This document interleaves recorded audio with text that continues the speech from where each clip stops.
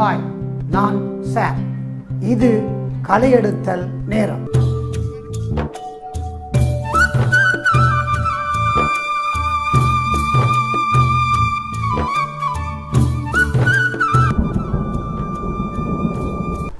Hi, நான் சாம். தற்பொழுது 2-3 தினங்களுக்கு முதல் தமிழ்நாட்டில் ஒரு பிரபலமான தனியார் பாடசாலையில் நடந்த சம்பவம் ஒன்றை நான் குறிப்பிடுகிறேன். அங்கு கல்வி கற்பிக்கும் ஒரு வணிகத்துறையை சார்ந்த ஒரு ஆசிரியர் என்று அழைக்கப்படும், இல்லை, ஆசிரியர் என்ற போர்வையில் உள்ள ஒரு பாலியல் சேட்டையில் ஈடுபடும் நபர் ராஜகோபாலன் என்பவர் தன்னிடம் கல்வி கற்கும் மாணவர்களிடம் கடந்த 5 வருடங்களாக செய்து வரும் பாலியல் துஷ்பிரயோகங்களை வெளிச்சத்துக்கு மீடியாக்கள் கொண்டு வந்திருந்தன.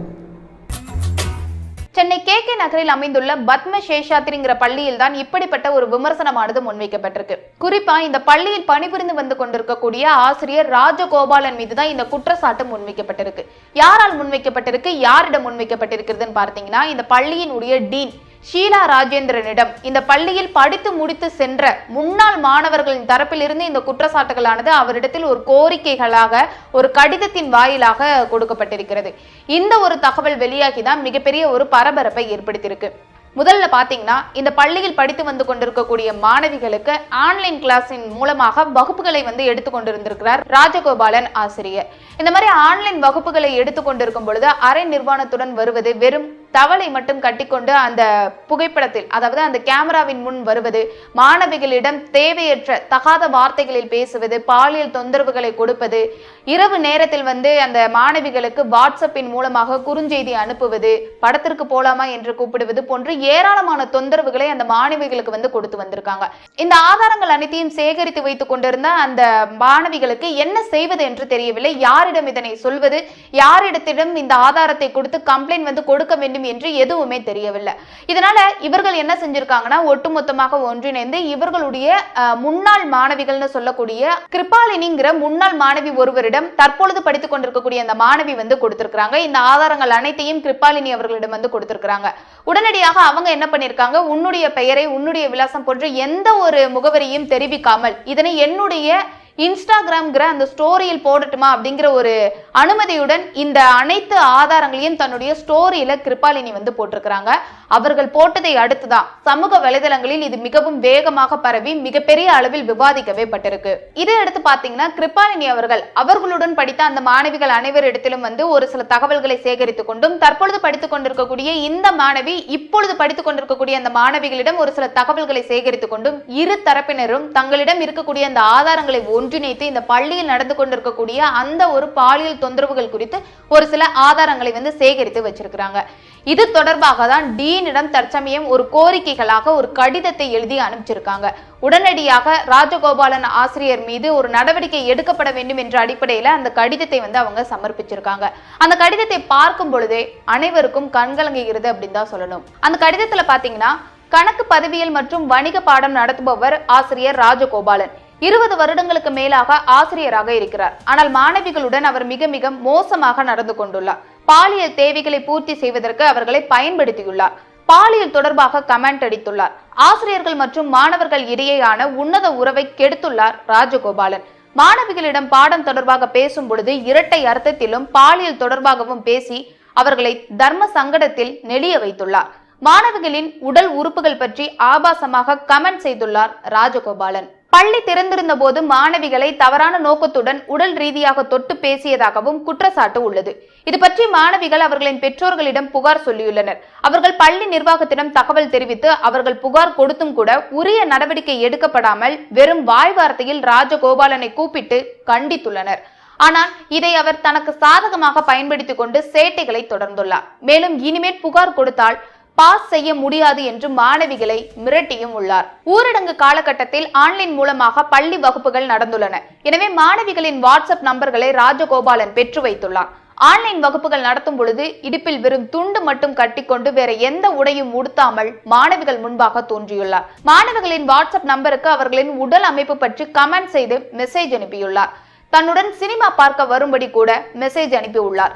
ராஜகோபாலன் கையில் மாணவிகளின் தொலைபேசி எண்கள், அவர்களின் பெற்றோர்கள் தொலைபேசி எண்கள், முகவரி எல்லாமே இருக்கிறது. இவர்களின் தேர்வு விடைத்தாள்கள் திருத்தும் பொறுப்பு அவரிடம் இருக்கிறது. எனவே வெளியே புகார் தெரிவித்தால் மதிப்பெண்ணை குறைத்து விடுவதாக மிரட்டி வருகிறார் ராஜகோபாலன். உடனடியாக பள்ளி ஆசிரியர் ராஜகோபாலன் சஸ்பெண்ட் செய்து விசாரணை துவங்கப்பட வேண்டும். 5 வருஷமா இப்படி ஒரு சம்பவம் நடக்க விட்டுருக்காங்கன்னா அது அவங்களுடைய அஜாக்கிரதையை குறிக்குது. அது உண்மையிலேயே கண்டிக்கத்தக்க ஒரு விஷயம். ஒருத்தர் ஹாஃப் ட்ரெஸ்டா வராரு மானிட்டர் முன்னாடினா அவருக்கு எவ்வளவு தைரியம் இருக்கும். அப்பா அம்மா பார்த்தாலும் எனக்கு கவலை இல்லைன்ற ஒரு ஆட்டிடியூட்ல தான் அவர் இதை பண்ணியிருக்காரு. வருஷமா இவர் பண்ணிட்டு இருக்காரு. வெளியே போன ஸ்டூடெண்ட்டும் யாரும் சொல்லல. அப்ப குழந்தைகளுடைய மனநிலை என்னவா இருக்கும்? நம்ம வெளியே சொன்னா மார்க்ல கை வச்சிருவாங்களோ, ஃபெயில் பண்ணிடுவாங்களோ, நம்மள தனிமைப்படுத்திடுவாங்க, புலி பண்ணிடுவாங்களோ. ஸோ டெஃபினட்டா அந்த ஸ்டாஃப் ரூம்ல இருக்க டீச்சர்ஸ்க்கு அரசல் பொரசலா தெரிஞ்சிருக்கும். அவங்களாவது இனிஷியேட் பண்ணிருக்கும். சமூக ஊடகங்களை கொண்டு வந்திருந்தது. கடைசியாக நடந்த சம்பவம் யாதெனில், இப்பொழுது COVID-19 நேரடி வகுப்புகள் எல்லாம் நிறுத்தப்பட்ட நிலையில் அவர் ஆன்லைன் வகுப்பை எடுத்து வந்துள்ளார். அப்பொழுது மாணவிகளிடம் தகாத வார்த்தைகளை பேசியதும், ஏதாவது சந்தேகங்கள் கேட்டால் இரவு தனித்தே தொடர்பு கொள்ளுமாறும் பணித்துள்ளார். அதன் போது அல்லது குரூப் கிளாஸின் போதும் குளித்துவிட்டு வெறும் டவலை மட்டும் கட்டிக்கொண்டு வந்திருந்து கேமராக்கு முன் படிப்பித்ததாக காட்டியிருக்கின்றார். கெட்ட கெட்ட வார்த்தைகளை பேசியிருக்கின்றார். அத்துடன் அவருடைய வாட்ஸ்அப்பிற்கு பிழையான மெசேஜ்களை அனுப்பி, அதாவது டவுட் கேட்கும் பெண்களை இரவில் இந்தந்த உறுப்புகளுடன், அதாவது நைட்டியுடனும் சில ஆபாசமான உறுப்புகளுடனும் வீடியோக்கு முன் தோன்றி தன்னிடம் கேள்வி கேட்குமாறு கூறியுள்ளார். அவ்வாறு வராவிட்டால் புள்ளிகள் குறைக்கப்படும் எனவும் மிரட்டியுள்ளார். இதை ஒரு மாணவி பழைய மாணவிகளிடம் இதை வாட்ஸ்அப்பில் மெசேஜின் மூலம் கேட்கும் போது, பழைய மாணவி அதை பற்றி மற்றவருடன் ஷேர் பண்ணும் போது முன்பும் இவ்வாறு நேரடி வகுப்புகளிலும் நடந்துள்ளதாக தகவல்கள் கிடைத்தது. இது அரசியல் நிர்வாகத்தில் இருக்கும் கட்சியினருக்கு சென்றதனால் பெரிய விஷயமாக இது கிளறப்பட்டு இப்பொழுது ஆசிரியர் கைது செய்யப்பட்டுள்ளார். அவருக்கு எதிராக பல சட்ட பிரிவுகளில் வழக்குகள் தாக்கல் செய்யப்பட்டுள்ளன. ஆகவே ஆசிரியர் இருக்கும் ஒருவர் இவ்வாறு தம்மிடம் வெறும் கல்வி கற்கும் மாணவருடன் தகாத முறையில் நடந்து கொள்வது மிக மிக தவறு என்று நான் பலமுறை இந்த யூடியூப் சேனலில் குறிப்பிட்டிருந்தேன். இப்பொழுது மீண்டும் அதற்குரிய தேவை ஏற்பட்டுள்ளது. இப்பொழுது நான் ஒரு கதையை உங்களுக்கு சொல்லுகின்றேன். அதை கவனமாக இதை பார்த்து கொண்டிருக்கும் மாணவ செல்வங்களும் அவருடைய பெற்றோர்களும் ஏனைய சிறந்த ஆசிரியர்களும் சிறந்த நிர்வாகிகளும் கவனிக்குமாறு கேட்டுக்கொள்கின்றேன். இதன் முடிவில் 4 வினாக்கள் உங்கள் முன் வைப்பேன். அதற்குரிய பதிலை நீங்கள் டைப் பண்ணி அனுப்பினால் என்ன, உங்கள் மனதுக்குள் கேட்டுக்கொண்டால் என்ன, அது எனக்கு வெற்றி. விளைவிட்ட ஆசிரியரும் திருந்துவார்களாக இருந்தால் அதற்கு வெற்றி. இப்பொழுது நாம் சொல்லும் கதையை கூர்ந்து கவனியுங்கள். ஒரு குறிப்பிட்ட ஒரு பாடசாலையில் ஒரு ஆசிரியர், நான் நினைக்கின்றேன் அந்த சம்பவம் நடக்கும் தருவாய், இப்போ அந்த சம்பவம் நடந்த ஒரு 3-4 வருடங்கள் இருக்கும் என நம்புகிறேன். 2 அல்லது 3 வருடங்கள் இருக்கும். ஆசிரியர் என்று சொல்லப்படுபவர் அந்த பாடசாலையில் ஒரு நிகழ்ச்சி நடைபெறுகின்றது. அது ஒரு பிரமாண்டமான நிலங்களை கொண்ட பெரிய ஒரு பாடசாலை. அந்த பாடசாலையில் அந்த மாணவி ஒரு பிரிவேட் என்று நம்புகிறேன். அந்த மாணவியிடம் நிகழ்ச்சி நடந்து கொண்டிருக்கும் நிலையில், என்னடி இங்க நிற்கிற, நீ நான் தான் கதைப்பவர், அங்க பின்னுக்கு பொட்டைகள் எல்லாம் போய் இங்க இதில் இருக்கா, நிகழ்ச்சியில் இருக்காமல் குழப்படி செய்து கொண்டு பின் பில்டிங்கில் மேலே நிற்கிறார்கள், நீங்க என்ன பார்த்து கொண்டிருக்க, போ என்ற டியூட்டியை அவளை கிளச்சி விடு என்று குறிப்பிட்டிருக்கிறேன். பின்னர் அந்த மாணவி அங்கே டியூட்டி செய்ய போகும் நேரம் பின்னால் சென்றேன். அங்கே வேறு 2-3 இருந்த கீழில் இருந்த சில பிள்ளைகளை ஹோலுக்கு போக கலைத்து விட்டு மேலே போய் அந்த மாணவி தனியே நின்றுட்டார். என்ன சார் ஒருவரையும் காணவில்லையே என்று சொல்ல அவருக்கு கிட்ட போய் நின்று என்னை பார்த்தால் உனக்கு ஒன்றும் செய்யவில்லையா? அப்போ அந்த மாணவி ஒன்றும் விளங்கவில்லை. முடிச்சிக்கொண்டு என்ன சார் கேட்கிறீர்கள்? இல்லை ஒன்றுமே உனக்கு விளங்கவில்லையா? எனக்கு ஒரு கிஸ் தருவியா என்று கேட்டிருக்கிறேன். அந்த மாணவி பதகளிச்சு கொண்டு இறங்கி என்ன சார் இப்படியெல்லாம் கலைக்கக்கூடாதுன்னு சொல்லி ஓடி வந்து விட்டான். அவன் அந்த பாடசாலையில் கொஸ்டலில் இருக்கும் பிள்ளை. ஆகவே அந்த சம்பவத்தை கொஸ்டல் போர்டன் சொன்னார். கொஸ்டல் போர்டன் அதை அதிபரின் கவனத்துக்கு கொண்டு போயிருக்கிறார். அதிபர் அந்த சம்பவத்தை எழுத்தில் தருமாறு அந்த மாணவியிடம் கேட்டிருக்கிறார். எழுத்தில் கொடுக்கப்பட்டுள்ளது. சரி, இந்த சம்பவங்களின் முதல் என்ன நடந்தது? இந்த பாடசாலையிலிருந்து சிறு குறு குழுக்களாக அவர்கள் டூர் கூட்டிக் கொண்டு போயிருக்கிறார்கள். குறிப்பிட்ட ஆசிரியரும் அந்த பிள்ளையுடன் சேர்ந்து டூர் போயிருக்கிறார். அந்த ஆசிரியர் தன்னுடைய பிள்ளையை சிறு பிள்ளையை அந்த டூருக்கு கொண்டு வந்திருக்கிறார். மனைவியுடன் வரவில்லை. அந்த டைம் இந்த பிள்ளை தான் அந்த பிள்ளையை தூக்கி கொண்டு சென்றிருக்கிறார். ஆகவே அந்த பிள்ளை கேட்டிருக்கின்றது, இந்த அக்காவை நான் என்னென்று அழைப்பது? அவருடன் சென்ற ஏனைய ஆசிரியர்கள் பெரிய சின்னம்மா என்று அழையும் என்று சொல்லியிருக்கிறார். அதுக்குள்ள அர்த்தம் உள்ள என்று நான் நிற்கின்றேன். அப்படியே சொல்லிவிட்டு பாடிவிட்டிருக்கிறார். இவ்வாறு 1-2 சம்பவங்கள் நடந்துள்ளது. அந்த பிள்ளைக்கு வெறும் வகுப்பு எடுப்பார். அதற்கு பின்னரே இந்த சம்பவம் நடந்துள்ளது. பின்னர் இந்த சம்பவத்தை கேள்விப்பட்ட ஒரு ஆசிரியர் அதிபரிடம், பிரின்சிபலிடம், நீங்கள் அந்த பிள்ளையை கூப்பிட்டு விசாரியுங்களேன் என்று குறிப்பிட்டிருக்கிறார். அதற்கு அமைய அந்த அதிபர் கூப்பிட்டு கேட்டிருக்கிறார். அந்த பிள்ளை நடந்த சம்பவங்கள் எல்லாத்தையும் வடிவாகவே சொல்லி இருக்கின்றது. சரி, அதற்கு பின் என்ன நடந்தது? அதற்கு ஆக்ஷன் எடுக்கப்பட்டதா இல்லையா என்பதை நான் குறிப்பிடவே தேவையில்லை. இதை சொல்லி முடிக்கும் போது உங்களுக்கு அது தெரியும். ஆனால் இப்பொழுது நான் இந்த வீடியோ எடுத்துக்கொண்டிருக்கும் காலகட்டத்திலும் அவர் அதே பாடசாலை மாணவர்களுக்கு ஆன்லைனில் வகுப்படுத்திக் கொண்டிருக்கின்றனர். அந்த ஆன்லைனில் மாணவர்களை நம்பரை போட சொல்லி தான் என்னென்ன பாடங்கள் எடுக்கின்றேன் ஒரு போஸ்டர் விளம்பரங்களையும் போட்டு எடுத்துக்கொண்டு இருக்கின்றேன். அப்போ உங்களுக்கு தெரியும் ஆக்ஷன் நடந்திருக்கா இல்லையா என்பது உங்களுக்கு வடிவாக விளங்கும். சரி, இப்போ என்னுடைய பயம் அல்லது என்னுடைய ஆதங்கம் சாதனை, இதே ஆன்லைன் வகுப்பில் தான் இந்தியா தமிழ்நாட்டிலும் இந்த பாலியல் துஷ்பிரயோக பிரச்சனை நடந்துள்ளது. ஆகவே இதே ஆசிரியர் என்று சொல்லப்படுவதை தொடர்ந்தும் அந்த பாடசாலையில் வைத்திருந்து அவருடைய டெலிபோன் நம்பர்கள் அவர் பார்க்கக்கூடிய வகையில் அவருக்கு கிடைக்க செய்து அவர் ஆன்லைன் வகுப்பை எடுத்துக்கொண்டிருப்பாராயின் அதில் இவ்வாறான தவறுகள் நடக்கக்கூடாது, நடக்க மாட்டுது என்பதற்கு என்ன உறுதி? ஏன்னா ஏற்கனவே அவருக்கு ஆக்ஷன் எடுக்கவில்லை. ஆனால் என்ன இதில் இருக்கிற ஒரு சரியான பிரச்சனை என்றால், அவருக்கு தெரியும் இந்த தகவல் அதிபருக்கு தெரியும் என்று. அப்படி தெரியும் என்று தெரிந்தும் ஆக்ஷன் எடுக்காட்டி என்ன நடக்கும்? தொடர்ந்தும் அவர் இந்த தவறை செய்யக்கூடும். இது இந்தியாவில் நடந்தது போல் நடக்கக்கூடும். ஏனால் எல்லாரும் இருக்கும் வகுப்பறையில் படிப்பிப்பது வேறு. ஆன்லைன் வகுப்பில் தனியவன் சில வேலைகளில் நம்பர் எடுத்து விட்டு டவுட் கேட்கிறேன்னா அதுக்கு வா என்று சொல்லக்கூடும். நீங்க கேட்கலாம், அப்பா அம்மா அந்த ஒன்பது வகுப்பு இருப்பார்கள், அப்படி சொல்ல முடியாது. அப்படி இருந்தால் இந்தியாவில் தமிழ்நாட்டில் என்ன நடந்தது? ஆகவே இங்கே மீண்டும் மீண்டும் நாங்கள் யாழ்ப்பாணத்திலும் இவ்வாறான தவறுகளை சந்தர்ப்பத்தை ஏற்படுத்திக் கொண்டு இவை அனைத்தும் எனக்கு கிடைத்த தகவல்களே. இந்த தகவல்கள் எப்படி கிடைத்தன? ஆனால் ஆக்ஷன் எடுக்கவில்லை என்பதும் எனக்கு ஓரளவுக்கு தெரியும். ஆகவே இது சில பேரை, அதனுடைய சம்பந்தப்பட்ட சில பேரை சில வழிகளை குற்ற உணர்ச்சிக்கு உட்படுத்தக்கூடும். சம்பந்தப்பட்ட ஆசிரியர் இந்த வீடியோவை பார்த்தால் என்றால், யார் பார்த்தாலும் அவர்களுக்கு குற்ற உணர்வு ஏற்பட்டால் அது எனக்கு போதுமானது. குற்ற உணர்வு ஏற்பட்டால் அந்த ஆசிரியர் திருந்திக் கொள்ள முடியும். அவருக்கு ஆக்ஷன் எடுக்காவிட்டால் அந்த ஆக்ஷனை எடுக்கிறது சிறந்ததென நான் கருதுகிறேன், என்னுடைய கருத்து. ஆகவே இது ஒரு பாடசாலையில் நடப்பதல்ல, இது பல பாடசாலைகளில் நடக்கும். ஆனால் அதே ஆசிரியர் பாடசாலையில் மிக கம்பீரமாக தெரிவதாகவும் நான் கேள்விப்பட்டேன், எந்த குற்ற உணர்ச்சியும் இல்லாமல். அப்படி ஒரு சம்பவம் நடக்கவில்லை என்ற மாதிரி தெரிவதாகவும் நான் கேள்விப்பட்டேன். ஆகவே இப்படியான ஆட்களை ஆசிரியராக இருக்க கூடாது.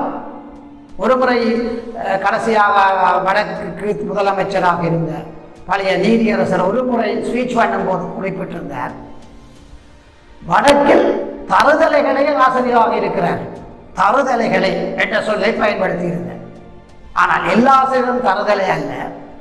இவ்வாறான ஆசிரியர் இருப்பதனால் எல்லா ஆசிரியரும் அவர் தருதலை என்று குறிப்பிடுவதற்கும் சந்தர்ப்பம் குறிப்பிட்டிருந்தார். தருதலைகளை ஆசிரியராக இருக்கிறார்கள் என்று குறிப்பிட்டிருந்தார். அவர்களையும் கூட சொல்ல முடியாது. இவ்வாறான ஆசிரியர் இருக்கும் போது, அவர்கள் தண்டிக்கப்படாத போது, அவர்கள் தொடர்ந்து வந்த பாடசாலையில் சேவையாற்றும் போது இன்னும் பல மாணவர்கள் பாதிக்கப்படலாம். இதை நான் இப்படி குறிப்பிடுவதால் என்னைக்கு பல தாக்குதல்கள் மேற்கொள்ளக்கூடும். அதை எதிர்த்தாலும் தாங்கிக் கொள்ள நான் தயார் என்றபடியால் தான் நான் இதை குறிப்பிடுகிறேன். ஆகவே முடிந்தால் காலம் பிந்தியேனும் அதற்குரிய ஆக்ஷன் எடுத்தது சிறந்தது என நான் நம்புகிறேன். இது ஒரு பாடசாலையில் இல்லை, இவ்வாறு பல பாடசாலையில் நடக்கக்கூடும். நான் கேள்விப்பட்ட விஷயத்தை இதில் குறிப்பிடுகிறேன். எந்த பாடசாலையில் நான் குறிப்பிடவும் இல்லை, ஆசிரியர் பேரும் குறிப்பிடவும் இல்லை, எதுவுமே நான் குறிப்பிடவில்லை. என் பயத்தினால் என்று நீங்கள் கேட்கக்கூடும். பயம் அல்ல, ஆனால் நாகரிகம் கருது நான் அதை குறிப்பிடவில்லை. ஆகவே அவர்கள் சம்பந்தப்பட்டோர் தீர்க்கமான முடிவுக்கு வருவது நல்லதுன்னு நான் நம்புகிறேன். ஏன்னா இப்பொழுது தமிழ்நாட்டில் பெரிய பூதாரமான பிரச்சனையாக போய்கொண்டிருக்கிறது. சட்டத்தின்படி பார்க்கும் இடத்து இதற்கு ஆக்ஷன் எடுக்காவிட்டால், அதாவது எனக்கல்ல, இந்த குற்றத்தை செய்து ஆசிரியருக்கு ஆக்ஷன் எடுக்காவிட்டால் அது நிர்வாகத்துக்கு கூட கூடாதுன்னு நான் நம்புகிறேன், குற்றம் என நம்புகிறேன். ஆகவே நான் கடைசியாக உங்களிடம் கேட்க இருக்கும் கேள்வி, முதலாவது கேள்வி பெற்றோரிடம், உங்கள் மகளுக்கு இவ்வாறு நடந்திருந்தால் நீங்கள் என்ன நடவடிக்கை எடுத்திருப்பீர்கள்? இது பெற்றோருக்கான கேள்வி. மாணவிக்கான கேள்வி, மாணவிகளே, உங்களுக்கு இவ்வாறு ஒரு ஆசிரியர் சேட்டை விட்டிருந்தால் நீங்கள் என்ன செய்திருப்பீர்கள்? மேற்கொண்டு என்ன செய்திருப்பீர்கள்? அதிபர்களுக்கும் சக ஆசிரியர்களுக்கும் நிர்வாகிகளுக்கும் இவ்வாறு ஒரு சம்பவம் உங்களுக்கு கம்ப்ளைண்டாக வந்திருந்தால் நீங்கள் என்ன செய்திருப்பீர்கள்? சக ஆசிரியர்கள் இதை மூடி மறைக்க வேண்டிய அவசியம் இல்லை. இது மாணவர்கள், அதாவது 18 வயசுக்கு உட்பட்ட குழந்தைகள். எங்களுடைய ஒவ்வொரு பிள்ளைகளுக்கும் இது நடந்திருந்தால் ஆசிரியர்களும் அவ்வாறு நினைக்க வேண்டும். நிர்வாகத்தில் இருக்கும் அதிபர்களும் நிர்வாகிகளும் இதை யோசிக்க வேண்டும். கண்டும் காணாமல் விட முடியாது. இப்படி தொடர்ந்து வளர்ந்து போகக்கூடாது. இந்தியாவில் நடந்தது போல் இங்கேயும் பிரபலமாக கூடுகிறது. ஆகவே 3 தரப்பினருக்கு நான் கேள்வி வைத்துள்ளேன். ஒன்று, பெற்றோருக்கு மீண்டும் சொல்கின்றேன், உங்கள் மகளுக்கு இவ்வாறு நடந்திருந்தால் நீங்கள் என்ன செய்வீர்கள்? மாணவி, உங்களுக்கு இது நடந்திருந்தால் நீங்கள் என்ன செய்வீர்கள்? அதிபர்களுக்கும் நிர்வாகிகளுக்கும் சக டீச்சர்ஸுக்கும், உங்கள் நிர்வாகத்திற்கு இது நடந்திருந்தால் என்ன செய்வீர்கள்? உங்கள் சக டீச்சர்ஸ் ஒருவர் இதை செய்திருந்தால், 4வது கேள்வி என்று வச்சுக் கொள்ளலாம், உங்கள் சக டீச்சர்ஸ் ஒரு ஆள் இதை செய்திருந்தால் நீங்கள் என்ன செய்திருப்பீர்கள்? ஒத்து போவீர்களா அல்லது இதற்கு எதிராக எதிர்த்து நின்றிருப்பீர்களா? இதுதான் என்னுடைய கேள்வி. இதை உங்கள் மனச்சாட்சியில் தொட்டு பாருங்கள். முடிந்தால் நீங்கள் காமெண்ட்ஸில் இதை டைப் பண்ணி அனுப்பினாலும் சரி. ஆனால் தயவு செய்து நான் ஆசிரியரிடம் கேட்டுக்கொள்வது, உங்களிடம் நம்பி வரும் சிறார்களை நீங்கள் பழுவாக்க வேண்டாம். ஆசிரியர் தொழில் மிக கடினமான தொழில், அதை கேவலப்படுத்த வேண்டாம்.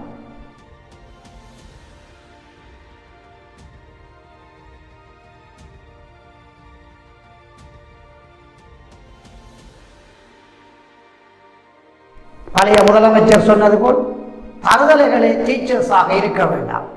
அது எனக்கும் பொருந்தும். என்றால் நானும் ஒரு டீச்சர். ஆகவே தருதலை என்ற சொல் எனக்கும் பொருந்தும். ஏன்னா டீச்சர்ஸ் எல்லாம் தருதலை, வடக்கில் உள்ள டீச்சர்ஸ் எல்லாருமே தருதலை என்றுதான் முதலமைச்சர் குறிப்பிட்டிருந்தார், பழைய முதலமைச்சர். ஆகவே இனிமேலாக இவ்வாறா டீச்சர்ஸ் திருத்திக் கொள்ளுங்கள். நிர்வாகத்தில் எடுப்போர் தகுந்த முடிவுகளை எடுத்துக் கொள்ளுங்கள். மீண்டும் ஒரு கலை எடுத்தலில் நான் உங்களை சந்திப்பேன்.